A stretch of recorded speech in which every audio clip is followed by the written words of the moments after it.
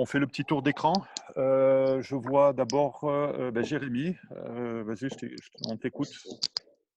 Donc déjà, bonjour à tous. Moi, je suis entraîneur des avants sur une équipe de Fédéral 2 sur Gers, en Charente-Maritime. On a eu la chance, moi, la joie de participer à un petit entraînement chez toi. Je suis venu à Surgères, on a fait un petit truc, Ouais, par un temps bien dégueulasse, justement sur les soutiens offensifs ensemble. Il y a eu plus ou moins d'adhésion et c'est tout ça. sur les aspects contacts, mais on a déjà travaillé le thème ensemble sur le soutien offensif, quoi. Sofiane Youssef, j'entraîne les Crabos sur Provence Rugby dans les Bouches-du-Rhône. François, J'entraîne les avants aussi. les avants aussi. Oui, bonjour à tous. Écoute, moi je suis actuellement directeur général et technique de la Fédération du Québec et les 10 dernières années, j'étais entraîneur national sur l'équipe nationale féminine et masculine canadienne. Voilà. Angoumoisin d'origine. Angoumoisin, On s'est rencontrés comme ça. j'ai joué 10 ans à Angoulême. J'ai passé mon brevet d'État. Puis après, j'ai pris l'air, disons, on va dire. Le grand air frais. Il y a un peu plus de 15 ans, oui. Ouais. D'accord. Très bien. Merci pour ce petit tour d'écran. Ce que je vous propose, vous pouvez réfléchir à une autre façon d'introduire le sujet. D'abord, bien s'entendre. Donc, on a déjà fait une visio sur les soutiens offensifs, notamment pour les aspects de continuité, jeu devant la défense et derrière la défense. Donc, ce qui serait bien, c'est qu'on puisse balayer un peu largement la notion et les principes d'action des soutiens offensifs, oui, mais si on pouvait assez rapidement se focaliser sur la notion de conservation, c'est-à-dire activité du soutien quand il y a un problème de blocage ou autre, ou debout ou au sol, ça peut être assez complémentaire si ça vous dit. Donc, comme ça, on aura les deux aspects, continuité et conservation. Pour ce faire, Ouais. à moins que vous ayez, donc vraiment, et je suis très preneur à chaque fois, d'autres idées d'introduction, je vous propose, comme on le fait d'habitude maintenant, de visionner deux minutes à peu près, 2-3 minutes d'images. Ces images peuvent être assez ralenties selon les flux de chacun, mais ça donne quand même toujours un peu des petits repères, ou en tous les cas, ça éveille un peu notre esprit à la thématique. Voilà, c'est juste pour lancer ça. Et ensuite, je vous poserai quelques questions assez directes sur des actions, des rôles, des principes, et on lance le sujet là-dessus. Voilà. On essaiera ensuite, vers la deuxième partie, de se focaliser vraiment sur l'aspect conservation. Est-ce que ça vous convient comme Ouais, très bien. cadre de débat? Ça vous va? Pas de problème. Allez, c'est cool. Je partage mon écran et on regarde. Donc, c'est une séquence haut niveau, bien sûr, parce qu'il y a des tendances, à la fois sur les bonnes actions, mais aussi les petits loupés, ou en tous les cas les principes d'action, en tous les cas, toujours voir ça, les principes d'action des soutiens offensifs, notamment sur l'aspect conservation. Donc, quelles sont les actions et quels sont les rôles de chacun, les attitudes de chacun sur la conservation. Il y a des vraies différences, on va voir, sur les structures de conservation entre nations. Ouais, c'est parfait. Première question, la même question que pour la thématique soutien offensif debout, devant la défense. Quand on dit par exemple dernier passeur, premier soutien, qu'on entend beaucoup, ça vous inspire quoi? C'est tout le temps vrai? Vous l'appliquez vraiment? C'est des contextes différents? C'est des raccourcis? C'est quoi? Dernier passeur, premier soutien. Ça vous inspire quoi? Quelqu'un veut intervenir là-dessus? Ben, moi, je dirais que dans le mouvement général classique, c'est ce qu'on pourrait rechercher le plus souvent parce que c'est la logique du mouvement. Mais dans des schémas structurés sur des relances de jeu, pas nécessairement. D'accord. Donc tu différencies ce genre de questions-là, bateau, c'est vraiment pour ouvrir les débats. Donc tu différencies les principes en mouvement général des principes quand tu as des cellules organisées, en fait, où là les Oui, rôles mais sont un peu mieux définis. je pense qu'ils peuvent toujours être appliqués dans les cellules, mais ça dépend. D'accord. Ouais, je suis plutôt d'accord. Ouais. Je suis plutôt d'accord, surtout par exemple, tu as le cas typique sur un ballon lent, par exemple, les tâches sont déjà prédéfinies de chaque joueur, notamment quand tu veux redynamiser un ballon lent, le faire devenir un ballon rapide. Si tu as un triptyque de joueurs, tu sais déjà que ton passeur, ça peut être un avant sur une sorte de pick and go en plus, ou le numéro 9 ne sera pas au déblayage, il sera plutôt notamment sur la continuité pour accélérer après cette phase ce ruck volontairement fait, quoi. D'accord. Sofiane, peut-être ou... Non, je suis complètement d'accord avec ce qu'il vient de dire. C'est sûr que le neuf, il est là pour dynamiser, donc c'est pas lui qui va aller faire. Quand tu vas faire sa première passe sur la cellule, c'est pas lui qui va les nettoyer parce que les tâches, elles sont prédéfinies. Après, attention dans le mouvement, dans le jeu rapide, quand on part sur les extérieurs, là, je pense que c'est utile, premier passeur, premier soutien. Je suis garant de mon copain à qui j'ai donné le ballon. Est-ce que le premier soutien, pour vous, il a une place? Et par exemple, est-ce qu'il est tout le temps dans l'axe? Ou en tous les cas, vous lui demandez de converger axe? Est-ce que c'est systématique? Est-ce que c'est un principe qui est tout le temps vrai ou le 90% vrai? Est-ce que le premier soutien est axe? Est-ce que ça vous parle? Ouais, je demanderais plutôt de converger vers l'épaule intérieure, même si une épaule intérieure axiale, on va dire, pour Avec une être course un peu redressée, tu veux dire, c'est ça? Ouais, Un bassin, ouais. ouais. D'abord, je m'excuse parce que toute ma terminologie, je l'ai fait en anglais depuis 15 ans pratiquement.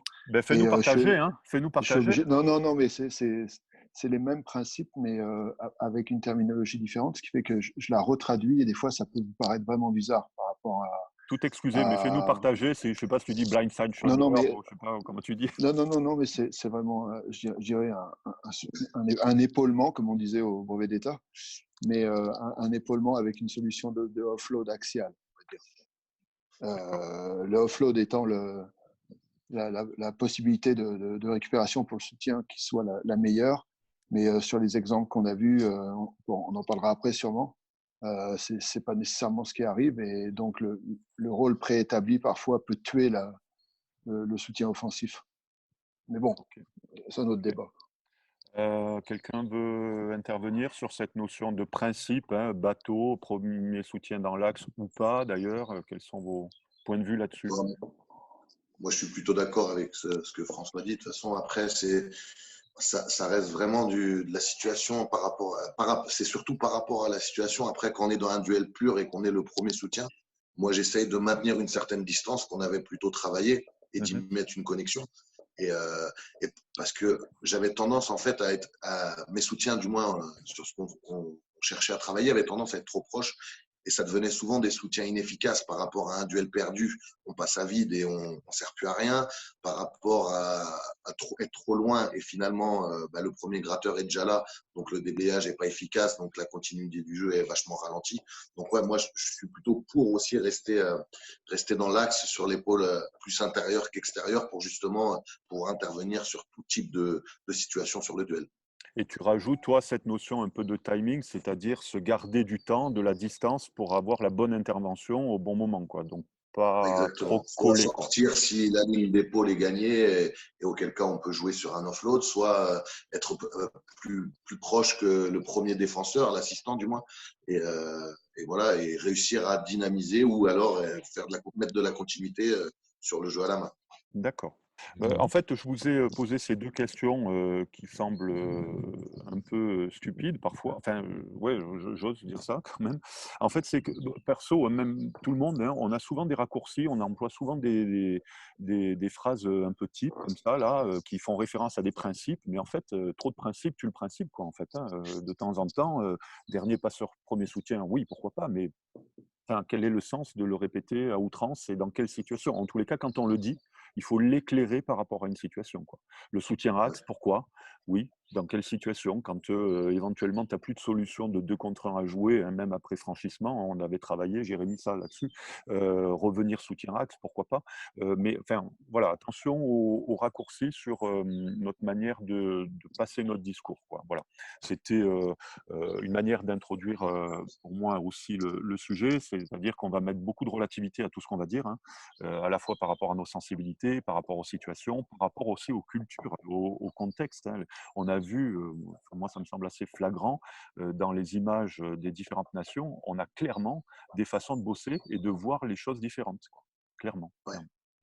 Tu as les différences de niveau aussi, je pense, qui induisent beaucoup à ça. Parce que, je sais pas, dans les règles en Crabos, c'est comment toi, François, tu bosses. Mais moi, par exemple, sur le niveau fédéral 2, il y a la nouvelle règle du plaquage à la ceinture.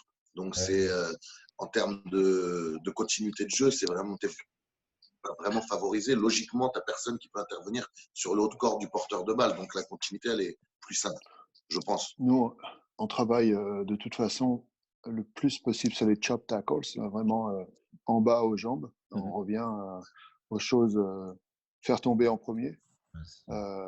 Et selon les zones du terrain et selon l'équipe en face, surtout, des plaquages à deux, un en haut, un en bas, le premier en bas, le deuxième en haut au ballon. Voilà. Mais je ne sais pas si la règle l'autorise en France, un assistant plaqueur en haut, mais non, il n'y a pas le droit de venir sur le haut de corps, sur notre règle à nous en Fédéral 2. Tu ne peux pas plaquer à deux, c'est ça? Pas simultanément. Après, ils ont mis. De toute façon, il n'y a personne qui a le droit de venir en haut de corps, même si tu es à deux. Le haut de corps n'est plus. On peut plus toucher. Donc deux en bas, ça ne sert à rien. Donc, ben non, ça ne sert à rien. Ça favorise le offload ou la continuité, je suppose. Ouais, c'est fait pour ça en tout cas. C'est fait pour ça à la base, et aussi par rapport à toutes les commotions qu'il y avait eu, mais on se rend compte qu'il y en a autant parce que les mecs viennent s'éteindre dans les genoux, clairement. Je pense ce que disait Michel avant, là, je pense sur les principes qu'il faut relativiser. Moi, je suis 100% d'accord, parce que sinon, ça devient des espèces de dogmes, et puis on se réfugie derrière, des fois, comme coach. Mais c'est sur tout ce qu'on a vu, là. Moi, le dénominateur commun, c'est la capacité technique de chacun à exécuter dans leurs tâches. Et ce qu'on peut voir à ce niveau-là, et pourtant, il y a une somme d'erreurs techniques parce qu'il y a la pression qui est énorme. Ça reste propre, même en ayant l'air un peu chaotique. On voit dans chaque rôle et chaque intervention tout le travail. Et qu'on n'a pas nécessairement parfois quand on a des joueurs ou des joueuses à 2 fois semaine, par exemple. Il est évident que ton volume d'entraînement va déterminer ton efficacité et ta régularité dans la qualité des soutiens. Tout à fait. Justement, alors je rebondis sur ce que tu dis, François. J'emploie un gros mot, on va parler de cohésion fonctionnelle, mais en tous les cas, tu parlais d'efficacité malgré le niveau qui est très élevé, malgré la qualité athlétique et tout qui est très élevé, il y a quand même de l'efficacité parce que vous pensez que il travaille sur la définition de rôle, bien sûr, mais est-ce que cette cohésion-là, cette efficacité-là, vient d'autres choses aussi Voilà, c'est les rôles, les attitudes. Est-ce que d'après vous, il y a d'autres choses, d'autres ingrédients qui permettent d'être aussi efficaces, entre guillemets? Le porteur de balle. Ouais. L'action du porteur de balle, elle va être déterminante. C'est le début de la chaîne de décision et d'action. Donc, le porteur, il a des trucs à faire, certainement. Ouais. Exactement. S'il met de la fréquence et qu'il arrive à tenir debout, le premier soutien, comme on a pu le voir avec l'Australie, il essaye de le maintenir debout et le faire avancer et gagner la place de suite après, sur le passage au sol. Et, donc, activité, donc tu disais du porteur qui fait gagner du temps au soutien par son, justement, c'est... Voilà. Exactement. Son énergie, voilà, l'électricité qu'il met debout au sol pour effectivement. Ok. Tu vois, pour la relation entre le porteur et le soutien, comme on le mentionnait précédemment, il y a aussi une activité technique à maîtriser. Si on prend pour le porteur, par exemple, on avait identifié. Enfin, nous, on a travaillé ici avec nos directeurs techniques à l'époque étaient néo-zélandais. Ils nous ont apporté quelques bagages, beaucoup même. Et juste sur le porteur de balle, il y avait 6-7 critères techniques. De lecture ou de technique? De technique, oui. Je ne parle même pas de lecture pour l'instant. Puisque là, dans la lecture, le porteur, il est déjà préétabli à chaque fois, quoi. Je parle de groupe de 3 la plupart du temps qui attaque l'épaule extérieure pour simplifier. Mais pour chaque porteur de balle allant au contact, ou en tout cas qui avait décidé d'aller au contact, oui, il y avait un check-up technique à maîtriser, ou en tout cas à connaître et à travailler avant même de penser à pouvoir l'exécuter, quoi. D'accord. Il avait, comme quoi, comme le lien du duel, par exemple, tu parles. Ouais, je l'enverrai à Michel. Par exemple, attaque, attaque épaule extérieure ou attaque épaule intérieure, selon, en tout cas, attaque l'épaule. Mais ça, Ouais. donc, si tu attaques l'épaule, ça prédéfinit un travail un jeu de jambes, ce qu'on appelle footwork. Sinon, footwork, la hauteur, body height, la hauteur de ton corps quand tu vas attaquer. Quand nous, on disait fight to stay up, donc bats-toi pour rester debout. Ne pas tomber là où tu es attrapé. Ouais. Drive legs, donc vraiment bouge tes jambes vers l'avant. Et quand tu tombes, après, il y a une autre mécanique qui se met en place de peut-être 3 ou 4 autres gestes techniques qui peuvent te permettre. Donc, si on va du moment où la personne, le joueur décide d'engager, puisque la situation l'appelle, au moment où il décide et au moment où il finit, donc on arrive à la conservation, on a à peu près une dizaine de critères d'évaluation technique qui fait que si un ou deux de ces éléments techniques sont manqués, la probabilité de conserver le ballon diminue à chaque fois. Et tu peux les trouver assez facilement quand il y a un échec. Oui, et puis tu peux aussi, avec cette grille d'action, cette checklist-là à faire pour le porteur, c'est ta grille aussi de lecture quand tu regardes des matchs. Parce que rappelez-vous, les Japonais, il y a 4 ans, eux, leur body height, c'était très, très, très clairement quand ils avaient décidé d'être performants et qu'ils ont été contre les Sudaf, ils tapaient bas, très bas. Ils tapaient dans les chevilles. Ils passaient quasiment, ils plongeaient quoi. Ils plongeaient. Donc dans leur checklist, ils avaient ce repère-là qui était adapté à leur morpho, leur culture, et voilà. Et c'était leur critère d'efficacité. Si tu regardes la dernière Coupe du Monde, les Japonais ont changé leur attitude sur le porteur, très clairement. Ils sont plus sur la notion d'épaule, pas forcément sur la notion de hauteur. Hein. Par contre, les réglages des relations avec les soutiens sont très différents d'une Coupe du Monde à une autre. Et ils ont travaillé très différemment les soutiens. Et ils ont gardé leur principe de vitesse, de sortie avec vitesse. Hein. Ils l'ont fait très très bien. On va creuser ça. Donc la relation porteur-soutien, elle est liée à des attitudes. Tu parlais donc de checklist sur le comportement du porteur. Ça va être la même chose. Il va y avoir certainement des attitudes imbriquées, progressives, adaptatives sur les soutiens. Bien évidemment à la notion de rôle et de lecture, quand est-ce que j'interviens, qui je suis, etc. Mais est-ce que vous ne pensez pas que la cohésion, la qualité-relation peut venir aussi de la communication dans le contact, plus ou moins? C'est-à-dire qu'il y ait des repères aussi de communication pour vraiment adapter les choses. D'accord ? Est-ce que ça vous semble un outil, la communication, qui peut renforcer la relation porteur-soutien? Je vous laisse répondre. C'était sur ce qu'on avait bossé, nous, quand tu es venu à Surgère. Donc, non, mais vas-y, je t'en prie. On l'avait bossé sur l'aspect continuité, mais là, sur l'aspect conservation, il peut y avoir aussi des choses à faire en termes de com. Ouais. Alors moi, c'était vraiment plus porté sur l'aspect continuité, mais c'est vrai que déjà de les avoir sensibilisés sur ça, sur je dirais une connexion, ça m'a pas mal aidé sur la continuité. Je parle forcément de la continuité. Après, moi, de la façon dont je travaille, notamment sur tous mes rucks, et c'est l'importance du duel. Et leur objectif, leur leitmotiv, c'est le premier soutien, efficacité maximum. Je ne sais pas si tu te souviens, où je le fais dépasser la zone d'affront pour justement déjà arriver avant le premier gratteur et surtout justement faire en sorte que le ruck, ce soit que des rucks, je dirais, furtifs. À notre niveau, je pense qu'on peut. Après, à haut niveau, c'est sûr que tu peux plus faire ça. Les mecs, on le voit sur tes vidéos, les soutiens, ils sont quasiment aussi, plutôt que les soutiens défensifs, plutôt que les soutiens offensifs. Donc, ou du moins pas loin. Donc, on va le recreuser, mais garde en tête ce que tu dis, c'est-à-dire dépasser la ligne de contact par le soutien offensif. Et à mon avis, on va retrouver des choses par rapport aux images qu'on a vues. Et puis, donc sur la communication, est-ce que c'est un outil qui peut être utile et dans quelle mesure, comment?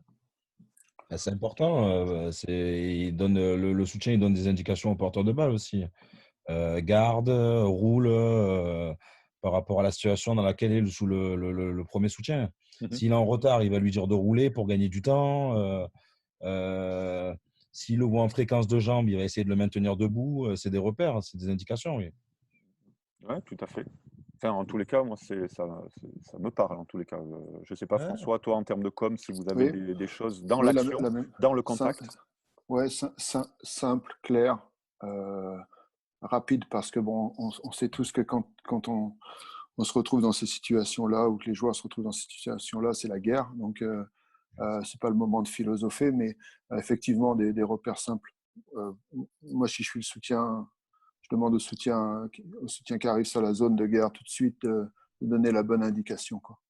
Ok. Comme tu le Euh, disais, sol, roule, continue, reste debout. Enfin, peu importe les codes des que petits chaque. mots, on n'est pas, bien sûr, on ne peut pas faire de phrases, mais des choses Ouais, assez simples. Et puis, par rapport à la chronologie des événements, d'abord, est-ce que tu peux me faire une passe? Si tu me fais une passe, je te dis quelque chose, un mot. ouais, Ok, exact. passe. Tu peux pas me faire de passe, garde. Tu es encore debout, Ouais, mais garde. Bon, tu tombes au sol, il n'y a personne, le plaqueur est parti. Ben, continue à avancer, quoi. Avance ouais. ou debout. Et à Mhm, ce mhm. moment-là, ce qu'on appelle nous le Walking Dead, tu n'es pas mort, quoi. Continue à avancer, Ouais, quoi. Avance. ouais, ouais. Et puis voilà, en tous les cas, imbriquer tout ça. Effectivement, dès que il y a passage au sol et puis il y a un timing de libération selon mon temps d'arrivée, roule.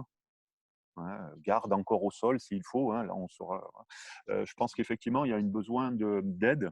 Comme tu le disais, Sofiane, tu as tout à fait raison, pour la lecture de la situation que le porteur n'a pas forcément. Lui, il est en danger, il est presque aveuglé déjà dans son contact, quoi, hein, donc voilà. après, Donc, ouais, euh, vas-y, des Sofiane. matchs de haute intensité du niveau international, comme on voit, arriver à communiquer pendant 80 minutes, il n'y a que les Blacks qui arrivent à le faire. Mais encore, peut-être Je qu'ils dis ont des juste que c'est préparateurs un visuels outil. aussi, hein. Et Comment? c'est un outil supplémentaire, c'est pas forcément Bien sûr. systématique, mais en tous les cas, de temps en temps, aider le porteur à prendre la bonne décision de contact debout, de contact au sol, de libération. Voilà. Après, on en revient toujours à ce que disait François. S'il y a suffisamment de répètes, de principes et de Oui, oui, repères communs dans la checklist porteur, la checklist soutien, non, oui, c'est sûr. là tu vas Ouais, c'est le arriver. Ouais, fameux, c'est le fameux, oui, il joue il joue sans se regarder, sans se parler, tellement le problème c'est que c'est des heures et des heures de Ouais, non, mais répétition. On passe un peu sur la notion donc conservation, c'est-à-dire je suis attrapé, le porteur est attrapé. Hein.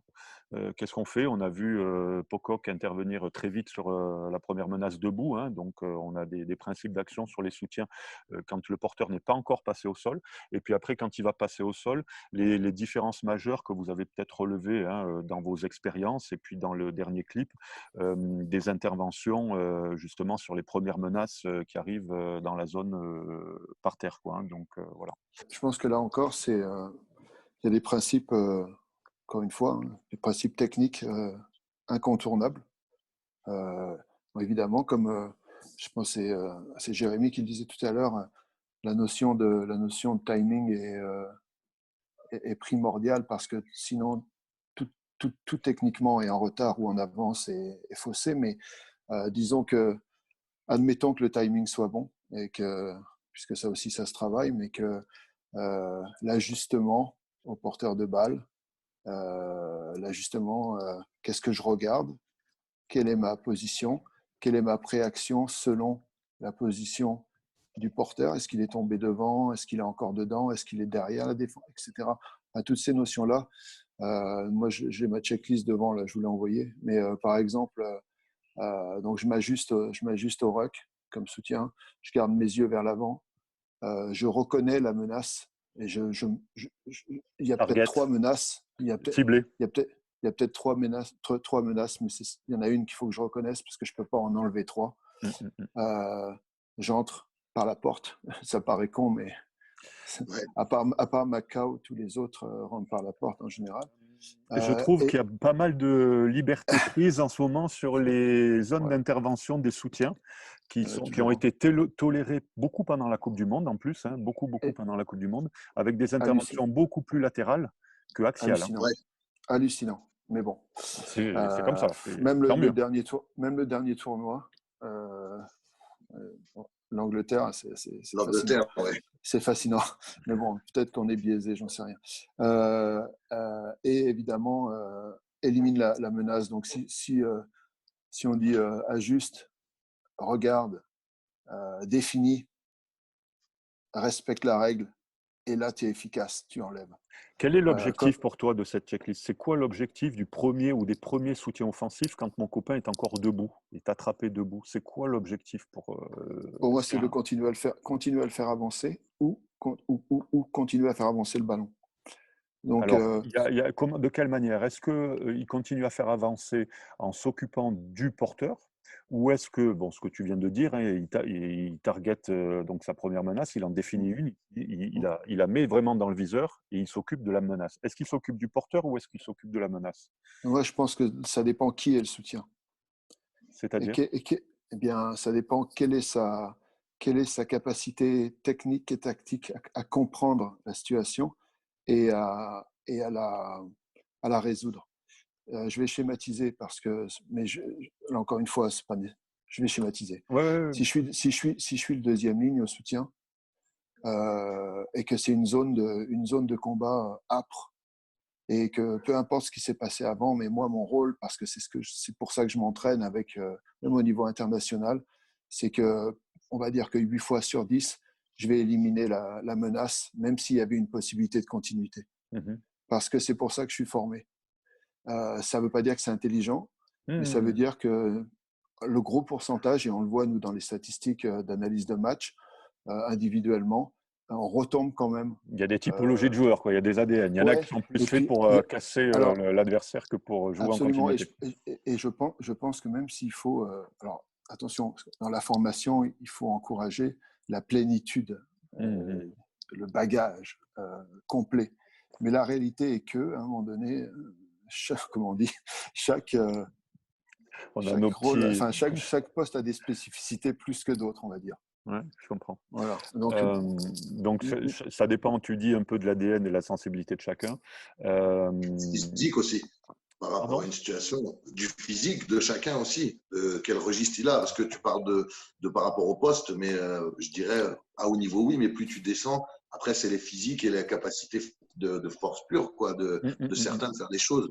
Par exemple, tu disais de venir sur le joueur, sur un duel joué debout, venir impacter le joueur, viser le joueur, mais si ton premier soutien, c'est ton numéro 9, moi, à mon niveau, mon numéro 9, il ne va pas faire mal à un premier défenseur en haut de corps. Hein. Il Je vous fera rassure. comme il peut. Il fera comme il il va peut. rebondir. Il va mettre de la Mais, communication. mais tu On vois, va. Vas-y, je t'en pardon, prie, François. dans les schémas offensifs qu'on voyait là, vous appelez ça un triptyque ou enfin une zone, Ouais, la zone à triangle, triangle. Euh, bah, nous, on définit clairement que le joueur intérieur n'est pas là pour toucher le ballon, mais il est là pour booster le joueur qui va attaquer l'épaule. Donc, sur ce triptyque, le joueur intérieur, il booste. S'il reçoit le ballon, c'est vraiment, même lui, le voudrait pas nécessairement, parce que son rôle est préétabli. C'est idiot, mais c'est efficace.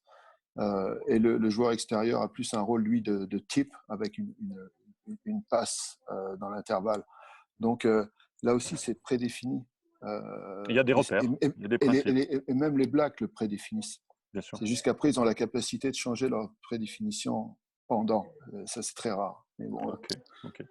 J'essaye d'illustrer un petit peu hein, par rapport à des tendances. Il y a quelques temps, quelques saisons, on nous disait souvent le premier intervenant va être responsable de l'avancée du porteur. Donc il y avait la poutre, éventuellement on prenait le porteur et puis on le faisait avancer, on avançait à quatre pattes. Ça reste possible et vrai, notamment près des lignes proches. Hein, on a vu hein, de temps en temps, il y a ouais. même des connexions avant. Hein, donc là, la cible de le premier soutien, c'est le porteur, c'est mon copain. Ma cible, c'est le copain. Par contre, quand on est vraiment dans un jeu un peu dynamique, etc., bon, très clairement, les Japonais, eux, le premier soutien offensif plaque le plaqueur. Ouais, c'est tackle de Il tackle. Ouais. plaque il plaque le plaqueur. Il ne Ah cherche pas ouais, autre ouais, chose. Il plaque le plaqueur. Sa cible, c'est pas le porteur. Alors c'est encore moins le ballon. Le ballon reste toujours a priori, hein, si je comprends en tous les cas, de la responsabilité du porteur. Hein, le ballon est de la responsabilité du porteur. Par contre, l'avancée, le soutien offensif japonais, lui, clairement, il ne s'occupe pas de son copain, il s'occupe de plaquer le plaqueur. Voilà. ou en tous les cas de l'effeuiller. En fait, c'est comme un molle, Jérémy ou Sofiane, on va effeuiller les mecs qui interviennent debout, quoi. Les méchants qui sont Ouais, debout, bien on sûr. va les sortir. Et si on enlève de la pression à mon porteur, si j'enlève de la pression à mon copain, il va continuer à avancer facilement, en fait.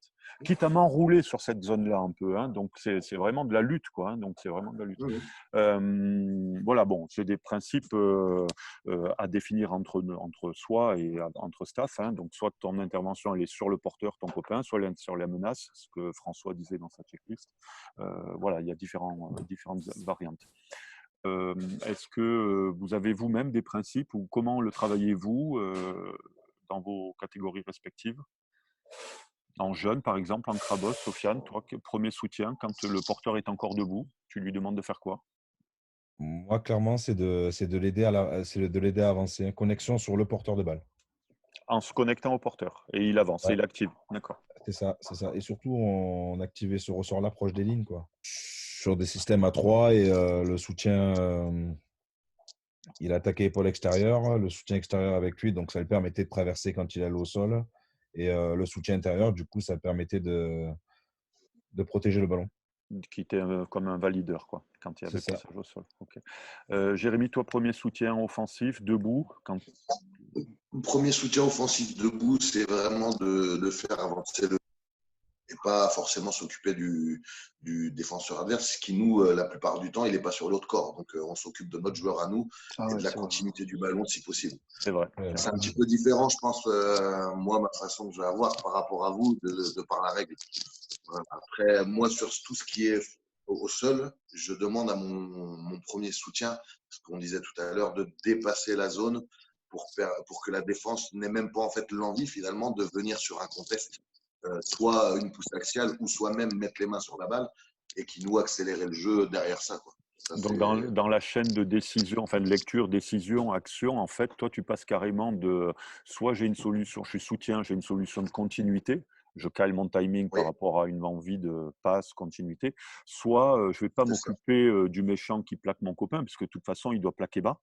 Donc, c'est ça, voilà, je reste soit dans la passe, soit dans le sol directement, quoi. D'accord. Ok. c'est ça. Ouais. Ok. On passe au sol. On va se dire qu'on a réussi quand même bon, à jouer dans les espaces et puis les épaules. Et puis même quand on est attrapé, on n'est pas tombé là où on a été attrapé. Maintenant, on passe au sol. Les soutiens offensifs, ouais. principe. À partir de quand voilà, éventuellement, comment et où ils interviennent. Il y a on a vu ça. En fait, encore une fois, c'est cet alignement par rapport à la zone du plaquage qui est crucial parce que, disons que si la règle est respectée dans la majorité des cas, même à très haut niveau, elle va conditionner l'efficacité parce que, et notamment près des lignes, justement, où tu veux pas être pénalisé, que ce soit sur la tienne ou celle des autres, pour garder l'avantage ou inverser la pression. Donc, moi, je pense que cet ajustement au ruck, cet alignement au ruck, à la zone, on va dire, il commence là et il doit être maîtrisé, il doit être travaillé dans plusieurs scénarios où on recule, où on avance, où c'est dégueulasse, où la pression vient de Menace s'inverser au dernier dessus. moment. Ouais, ouais, tout à fait. Ok. Là, par rapport à Tu la vois, enfin lecture. bon, on parle tous de la même chose puisqu'on le vit, on le voit et on le travaille, mais tout le reste, sans cet alignement au préalable, tombe en morceaux, ou en tout cas est accidentel. Je ne vais pas me faire l'avocat du diable, hein, loin de là, mais on est quand même obligé de se rendre compte. Donc, alors, nous, on a vu le clip, hein, mais les Français, très clairement, c'est une Bien sûr, il intervention traverse. axiale avec un 1+1. Donc, on fait des rucks longs, comme c'est de la mode depuis plusieurs saisons, hein. Donc, le soutien vient d'abord dans l'axe, il y a le valideur derrière, on a parlé, etc. Les Blacks font souvent ça, ils interviennent avec du retrait, avec du timing et plutôt dans l'axe. Par contre, quand on regarde un peu plus précisément japonais, anglais, etc., très clairement, si on définit que les observables pour l'arbitre d'un soutien axial, c'est d'avoir un bassin parallèle à la ligne de but adverse. Parce que si tu as un bassin qui est tordu, c'est que tu n'es pas dans l'axe. Tu ne peux pas Ouais. intervenir dans l'axe au-dessus du ballon. Si ton canal, Bien c'est le sûr. ballon et que ton bassin est tordu, tu es forcément pas dans l'axe. Donc, les Français arrivent bien dans l'axe bassin droit, mais par contre, le Japonais, très clairement, il anticipe beaucoup. Et il Je pense, chez les intervient Ja- beaucoup sur le soutien, sur les côtés, quoi. Très clairement. je Les pense que bassins sont. Et d'ailleurs, on voit même les structures de fin. Excuse-moi, François. On voit les ouais, structures ouais, de ouais, fin. Hein. c'est ça que je La veux dire. grande mode, donc, de la structure de fin, c'est que les soutiens offensifs vont non seulement intervenir sur les côtés, ils vont non seulement plaquer loin ou en tous les cas traverser la zone ballon pour finir Ils derrière, s'assemblent. et ils vont avoir une structure avec un porteur au milieu et les deux soutiens qui ont enjambé et qui sont passés derrière en pointe, en triangle, clairement sur les côtés, quoi. Tu vois, et on voit des soutiens qui sont passés dans le camp adverse, quoi. Ils sont clairement passés dans le camp adverse. C'est une autre façon de bosser. Hein. Donc, qu'est-ce que vous en pensez? Alors, cette limite par rapport à la règle, quoi, hein, très clairement. Hein. Je pense que chez les Japonais, il y a aussi un on va pas dire culturellement, mais par rapport à, à leur faiblesse physique, ce qui est plus vrai, parce ils vont tellement vite, ils sont tellement techniques qu'ils ont compensé. Ils ont, mais il y a eu un moment donné, quand Jones les a repris, on voyait ce qui travaillait avec eux chez les juniors, par exemple, parce que Jones a travaillé beaucoup chez les juniors au Japon. Et cette urgence, on va dire, ils l'ont multipliée. Ils en ont fait des systèmes, quoi. Enfin, Oui, parce que tout le... physiquement, ils étaient dominés. Donc, pour pas être dominés physiquement par des gros Sudaf ou des gros Anglais ou même des gros Fidjiens, il fallait qu'ils soient là plus vite, plus tôt. Et ben, plus vite, plus tôt, à la limite, disons, on va dire. Mais comme ils ont été toujours considérés comme plus petits et moins physiques, cette limite-là était acceptable pour l'arbitrage. Parce qu'en gros, c'était un mode survie. Après, ils en ont fait par contre une force, parce qu'ils ont gardé l'idée générale que les gens se faisaient en se disant ouais, les Japonais sont petits, ils sont pas très forts, on va leur laisser entre guillemets un tout petit peu plus de latitude. Ils en ont tiré avantage. Et en plus, ils attaquent vraiment le plaqueur, en fait. Celui qui est dans la zone de contexte, ils viennent le chercher à deux. On a l'impression qu'il y en a un qui le prend en haut et un qui le prend en bas, en fait. Et il enlève, et comme tu dis, ils se retrouvent les deux en pointe. Ils sont vraiment à la limite sur le ruck. Enfin, moi, je trouve. Hein. Ce que disait Sur les images François, qu'on c'est voit.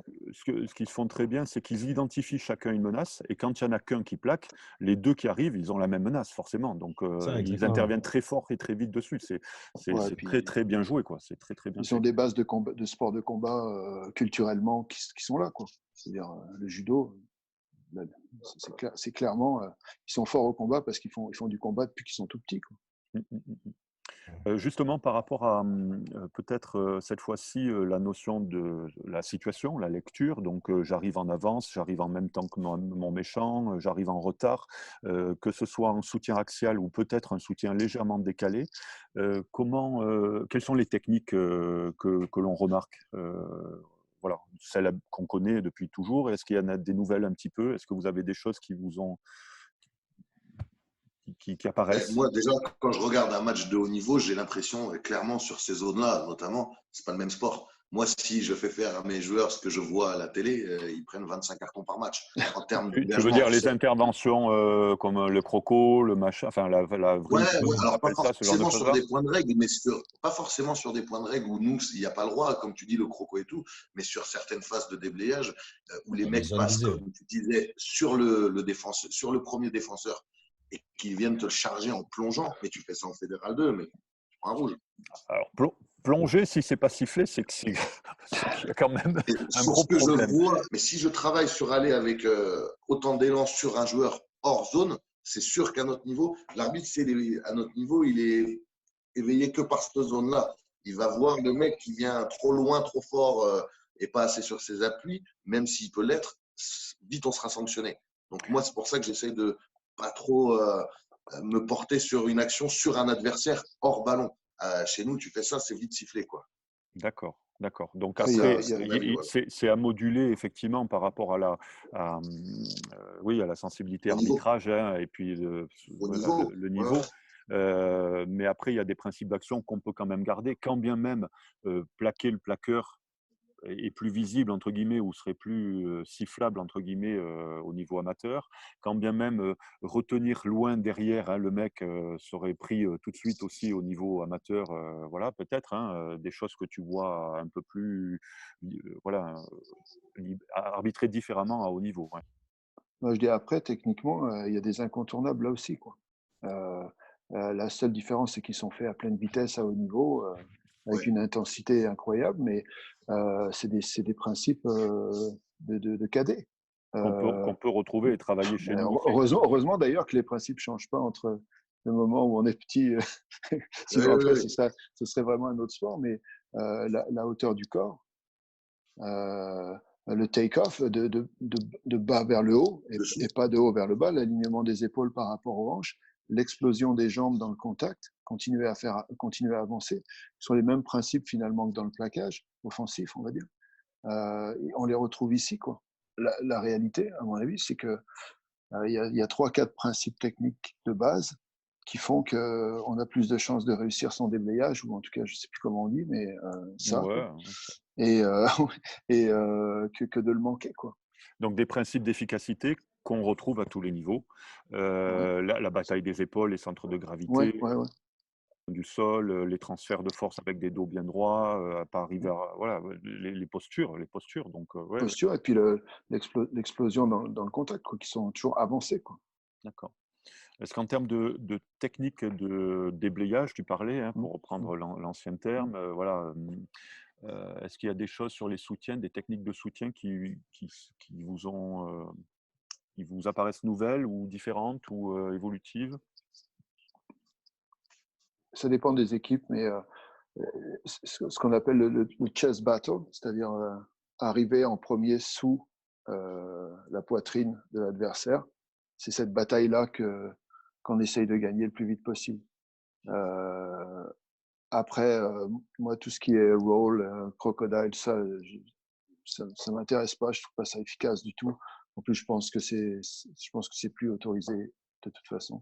Dans certaines Ou alors, catégories. En tous faut les être, cas, ça reste un peu moins enfin, c'est devenu moins efficace parce que tu as des spécialistes de grattage et tu as des ouais, postures de gratteurs et de soutien qui sont c'est ça. Puis c'était efficace géniales. quand tu pouvais, Bon, arracher la tête de l'autre, mais si tu le prends aux abdos, évidemment, ça bouge plus. Donc, je pense que la plus efficace ou la plus traditionnellement efficace, c'est celle de gagner cette bataille, le bataille de la chest battle, la poitrine, pour arriver dessous avant le gratteur. si tu arrives Vas-y, après. si tu arrives en premier, excuse-moi, de là, effectivement, c'est à toi de régler ta mire sur tes épaules, ta ligne d'épaule bien basse, etc. Si tu arrives en même temps, tu gagnes, c'est la bataille effectivement d'épaule. OK. Si tu Euh, arrives après, nous, on aurait tendance à aller chercher une jambe, euh, derrière. bras-jambe, bras-jambe derrière, plie et drive en même temps.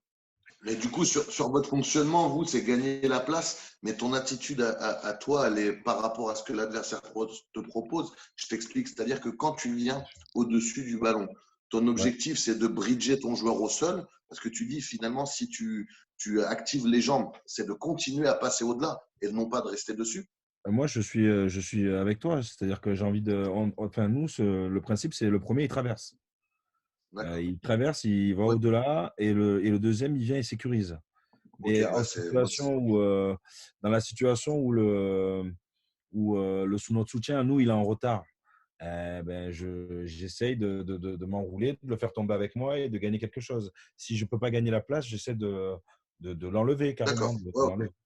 Ouais, c'est le même fonctionnement que Je j'observe. ne sais pas si on peut le systématiser ou voilà, parler à la Ouais, place c'est de la d'eux, hein, j'en lecture sais après rien. aussi, Nous, hein. enfin, moi, je suis qu'observateur, mais je vais vous remettre peut-être une vidéo de Français où les Français, il me semble hein, que les soutiens offensifs, leur repère, c'est de gagner la place au-dessus du ballon et c'est de rester sur le ballon, il me semble. Alors que, par exemple, une fois de plus, les Japonais, hein, mais d'autres nations le font très bien aussi, eux, ils veulent quasiment vider la place, quoi, passer au-delà et laisser le mec au sol tout seul derrière. Donc c'est très différent. Je vais essayer de le repartager, hein, mais il me semble que les repères ne sont pas du tout les mêmes, quoi.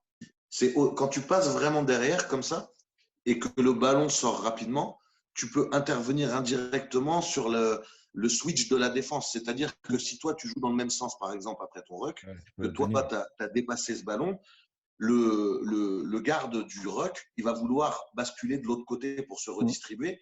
Mais toi, vu que tu as dépassé, tu es là, en fait, dans la zone à couper les courses. Pas Ouais. forcément les attraper par les maillots et tout, mais moi, il me sert à ça dans la continuité du jeu, de venir vraiment couper des courses, des soutiens défensifs sur un replacement pour alimenter dans le sens du jeu, quoi. Attention à la règle, C'est les pour ça que interventions derrière. quand tu as deux joueurs, Ouais. c'est encore plus efficace si ils coupent la course des mecs qui se replacent, quoi. Nous, il y a un temps où on demandait aux joueurs de, de le faire tomber et de se relever en l'utilisant. C'est-à-dire vraiment, je me relève en poussant sur sa poitrine. Tu l'élimines vraiment, quoi. Tu D'accord. l'élimines Tu le sors physiquement. du jeu, quoi. Tu le sors du jeu et Tu de lui, la séquence, quoi. tu lui écrases la cage thoracique avec tes mains en te relevant, de façon légale, mais efficace. Donc, ça se travaille. C'est presque incroyable, mais ça se travaille. Ouais, voilà, je voulais quand même qu'on reste sur cette notion. Donc après, chacun peut le travailler comme il veut, jusqu'où il veut, c'est-à-dire étendre les principes d'action jusqu'à après finir une action, comme tu viens de le dire, hein, en étant le premier debout et en maintenant le mec au sol le plus longtemps possible, hein, pourquoi pas. Mais en tous les cas, sur les repères espace, déjà dans la notion d'intervention, de rôle, d'objectif du soutien, est-ce que on va lui dire de prendre la place et de rester sur la place, ou est-ce qu'on va lui dire d'intervenir plus loin encore? Ça, c'est des vrais choix Ouais. techniques à faire et à régler entre staff, quoi, parce qu'on ne travaille pas du tout de la même manière, quoi. C'est pas les mêmes enjeux de travail, c'est pas. Si on a défini une façon d'intervenir, soit axiale, soit on s'autorise légèrement d'intervenir sur les côtés, mais il y a une manière peut-être de trouver aussi un intermédiaire entre les deux. Si on a défini la zone d'intervention, est-ce qu'elle est au-dessus du ballon, est-ce qu'elle est derrière, euh, est-ce qu'on peut parler du soutien qui arrive très en retard? Ce mec-là, quand on arrive dans l'axe, on voit beaucoup les Blacks et les Français, on a la tentation, on arrive dans l'axe, on est en retard, donc forcément, on va essayer d'intervenir haut du corps, prendre le tronc, les aisselles, essayer de tourner, essayer de passer dessous, on n'y arrive pas. Mais on a du mal à annuler ce mec qui est arrivé en premier, quoi, et voilà, on a du mal. La proposition de François tout à l'heure, qu'on a vu dans les images, on a l'apparition de nouvelles techniques qui est, donc, si moi j'arrive après le soutien défensif, je vais quand même essayer d'aller derrière lui. Et je vais casser notamment ses jambes, en fait, ou en tous les cas, essayer d'intervenir sur ses jambes. Donc, il y a ces postures de soutien offensif qui vont taper dans un mec, plutôt sur les côtés, le choquer très fort sur une épaule, le rentrer sur lui très fort sur une épaule, mais avec la volonté d'aller intervenir sur derrière les appuis. Parce que si j'interviens que sur le tronc, les bras, la zone ballon où il est déjà en avance, je vais manquer et de temps et de force, etc. Par contre, lui faire perdre les appuis derrière, en tous les cas, c'est une technique qui apparaît. Je ne sais pas comment on peut appeler ça, je ne sais pas comment vous appelez ça, les anglo-saxons, mais on la voit de plus en plus. Hein. J'interviens la jambe derrière, en fait. Ouais, il n'y a pas techniquement de mot à part remove the trait, non, élimine la menace vite. Et il n'y a pas de sur celui-là en particulier, il n'y a pas de terminologie. Il n'y a pas de terminologie. Enfin il y en a Et aucune qui l'objectif, m'apparaît. c'est pas du tout de le basculer sur un des côtés, c'est venir dans l'axe, lui casser son Ouais, appui et ouais. le pousser, en fait, le faire reculer ou le basculer. Tu En fais fait, une si tu intervention prends, sur les côtés, tu vas intervenir sur une moitié du bonhomme, en fait. ouais, Okay. Premièrement sur l'épaule, et après tu vas chercher derrière. Et tu essayes après de lui faire baisser le genou, en fait, tu vois, de casser le ouais. genou derrière. C'est puis c'est vraiment quand c'est plus lent. C'est vraiment quand la zone de ruck est dégueulasse. C'est parce que clairement le travail aurait dû être fait avant. Si on a soutenu avec de la vitesse et de l'anticipation, cette situation-là devrait. Moi, j'irais même jusqu'à laisser la possession à l'équipe adverse. La première question à régler, c'était est-ce que tu interviens, le soutien offensif intervient donc sur joueur en retard au sol, hein, gratteur en fait. Est-ce qu'il intervient sur les côtés ou dans l'axe? Je pense que le repère à donner, c'est toujours d'avoir le bassin droit quand tu rentres pour être respecté de la règle. Par contre, ne pas intervenir dans l'axe du méchant, ne pas intervenir dans l'axe du porteur, intervenir vraiment sur un côté. Choisir un côté, celui le plus proche où tu rentres, hein, et tu vas taper très fort sur son épaule, déjà pour le déstabiliser ici à l'impact, on va dire. Et ensuite, tu vas essayer de chercher donc à mettre ta pince, ta deuxième pince, sur la jambe derrière, en fait. Et si travailles dans l'ordre, que tu es rentré avec un bassin droit, donc on peut considérer que tu es dans l'axe. Si à ce moment-là, tu arrives à choper derrière, je pense que l'arbitre va accepter que le bassin tourne un petit peu, qu'il y ait une rotation de bassin pour le faire basculer après, comme une prise de judo en fait, hein, comme une prise de judo. Et de Voilà. l'annuler comme ça en fait.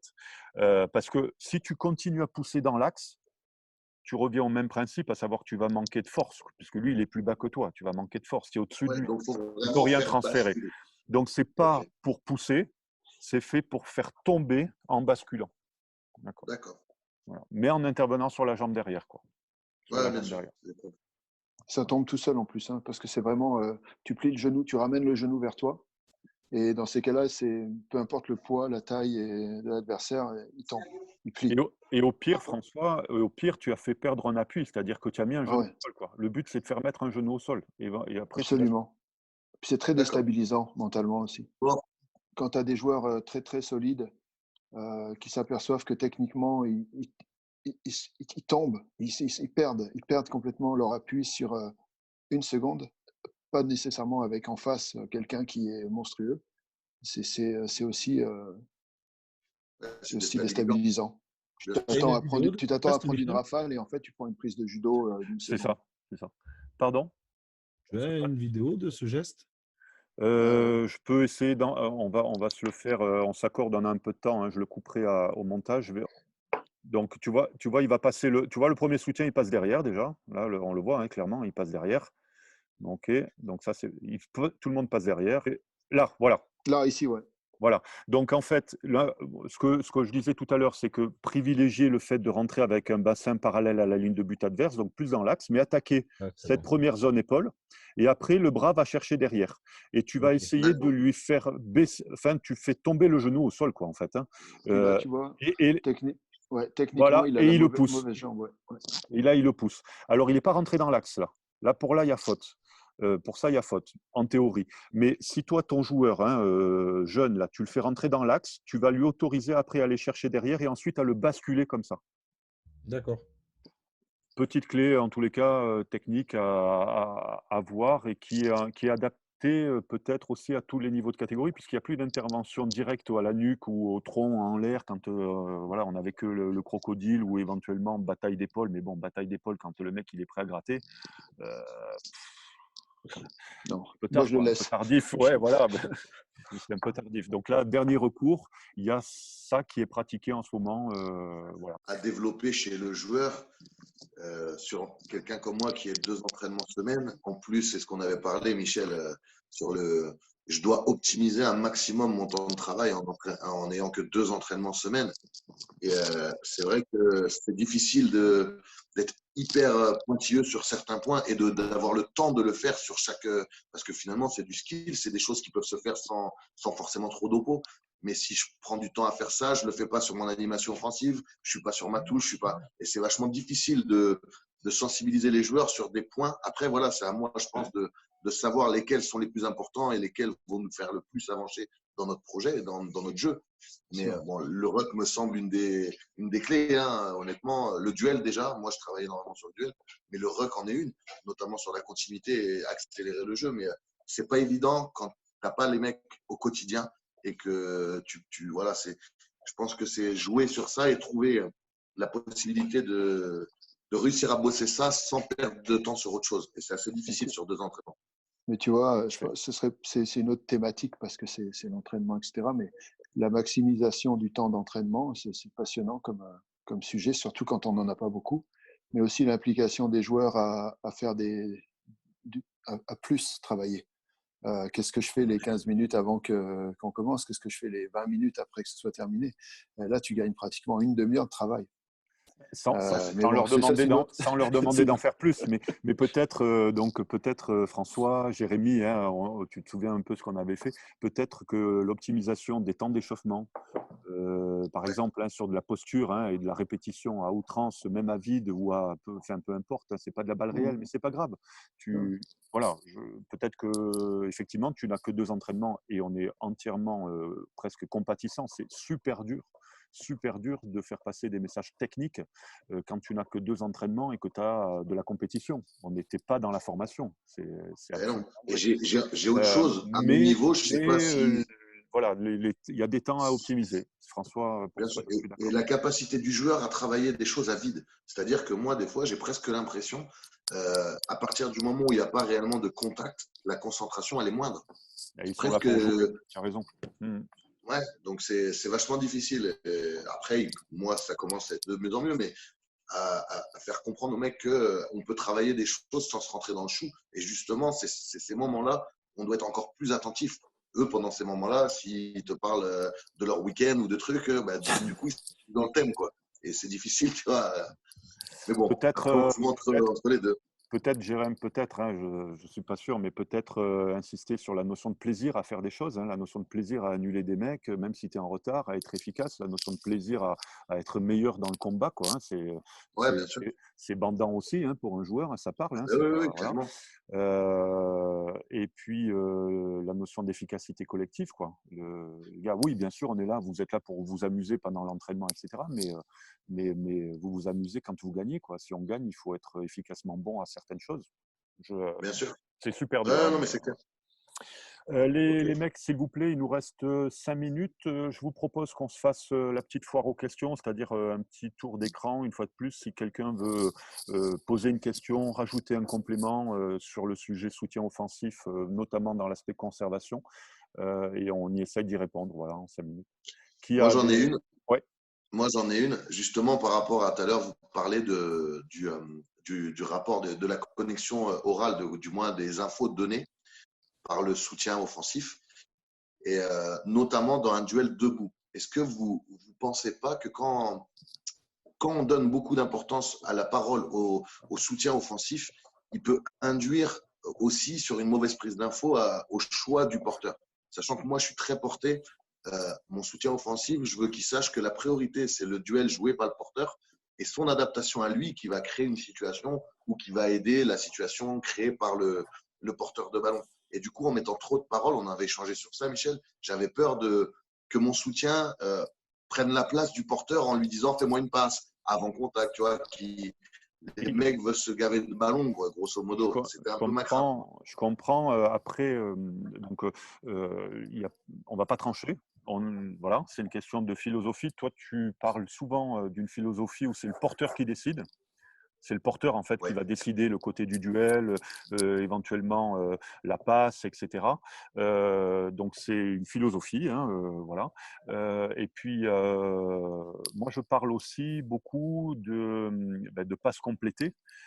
Tu peux avoir des intentions de duel, des intentions de passe. Le porteur peut avoir des initiatives, mais je reste quand même persuadé que la complétude, la connexion, l'efficacité de la transmission, notamment au contact, elle est liée à la connexion par la vue, la connexion par la voix. Donc, c'est ça qui donne l'efficacité, le timing. Et pour ça, tu ne peux pas ne pas faire parler le soutien. Parce que sinon, ou alors tu es dans une situation tellement facile que tout le monde voit qu'il y a une passe à faire, qu'il a 2 secondes pour la faire. Mais à un moment Bien donné, quand sûr. Ouais. les rapportants sont très courts, il y a du combat, il y a du machin. Si le soutien ne parle pas, n'est pas une aide à la décision, et surtout ne permet pas de connecter définitivement l'intention et la cible, tu as moins de chances en tous les cas que la passe arrive, quoi, ou en tous les cas soit réussie, quoi. Ouais, Mais c'est qu'un du coup, avis, tu hein. donnes autant d'importance à ton soutien offensif sur le travail que tu peux faire, notamment quand tu vas faire travailler en cellule, où la priorité, moi, était mon duel de mon porteur de balle. Du coup, ce que je devrais être encore plus vigilant, c'est même la capacité à analyser la chose de mon soutien et de donner les bonnes infos. Parce que moi, je suis pour les infos. mais je veux pas ce soit des mauvaises infos pour lui rejouer un duel sur autre chose, avoir le ballon. Tu vois ce que je veux dire? Il faut vraiment Je vois, sensibiliser je du coup vois. sur. Ok. Moi, Question de je pense pas philosophie, que. François. Ouais, ouais, mais moi, je pense pas que je pense pas que l'un dénature l'autre. Si tu veux, Jérémy, c'est que le duel, il est à 100% le plus important parce que s'il est de toute façon perdu, la suite est plus compliquée. Mais comme dit Michel, bon, le shortcut là, c'est d'y aller avec la monotâche, quoi. Tu fais ça et puis peu importe ce que je te dis, t'es le porteur, tu fais ce que tu veux. Mais je pense que pour maximiser l'efficacité, tu peux l'entraîner. Et cette relation garde, donne, sol, etc., tu peux l'entraîner à vitesse réelle avec des toutes petites séquences de skills, des petites séquences de 15 secondes à bloc. Puis au début, ça va être un carnage parce que les informations ne seront pas bonnes, parce que le porteur va faire toujours que ce qu'il sait faire, parce qu'il aime ça, etc. Puis à un moment donné, il est probable que ça évolue un peu sur même 2 fois semaine sur 1 ou 2 saisons. Surtout chez les jeunes, je dirais, moi. Mais bon. Ouais. Je te laisse conclure. On va être coupé dans quelques Pardon. secondes. François, finis ton propos. On conclura là-dessus. Donc, moi, je vous remercie généralement, mais on conclut sur l'efficacité, soutien et porteur. Finis, Ouais, François. On conclut non, là-dessus. mais c'était vraiment ça. Je pense que ça, il faut essayer d'aller au maximum de la possibilité, on va dire, de compréhension et de communication des deux. Et puis après, si tu fais face à un mur, tu fais face à un mur. Hein, je veux dire, c'est la vie. Mais l'un n'empêchera pas l'autre, je pense. Même si le soutien se trompe d'information, je pense que les porteurs sont assez intelligents parfois pour rectifier une mauvaise information qui arrive. En tout cas, si tu le travailles, tu as plus de chances que ça se rectifie que si tu le préétablis sans autre option. Super conclusion. Super. On est obligé de couper. On en reste là. Merci beaucoup à tout le monde. C'était très cool. Et j'espère à très vite, à très bientôt pour d'autres. À très bientôt. Avec plaisir. Merci les gars. Super. Merci les gars. Plaisir. Bonne journée. Salut. François, bon courage. Ciao. Ciao. Ciao. Ciao.